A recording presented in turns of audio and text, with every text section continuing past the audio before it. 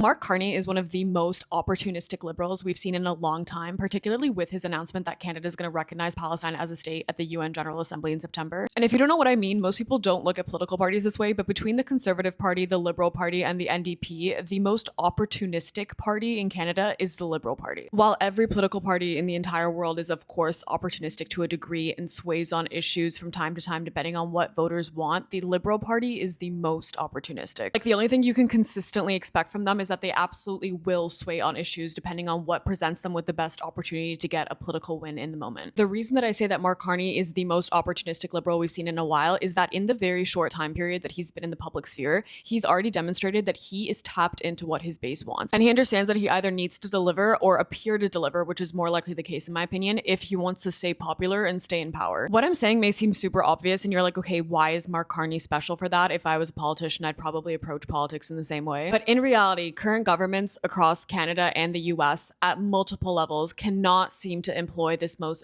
basic logic of politics. Justin Trudeau, Kamala Harris, Joe Biden, the Democratic Party establishment could not wrap their minds around just doing what was popular with their voters and still cannot. But I think Carney's seen that what happens when you ultimately get extremely out of touch with your base is unpopularity, untrustworthiness, and then you get voted out. And for a guy who got elected out of pure luck of circumstance in the last Canadian election, he's walking on a really thin line and can't mess up. With Carney, though, we have no idea what he actually thinks about Palestine and Palestinian statehood. Like, we don't know if this whole thing to recognize Palestine as a state is real, or if it's just a ploy for good PR and good relations with his base while the US and Israel figure that situation out, buying them a bit more time. I'm gonna guess it's the second. If I'm right about Mark Carney being as strategically opportunistic as he seems to be, which my incredible female intuition tells me that I am, and if he and his team are paying closer attention to what their voter base wants and are willing to make concessions here and there to stay popular and stay in power, that means that Canada ultimately has a prime minister right now who is actively listening to the masses and understands that he needs to deliver if he wants to stay popular and stay in power. And that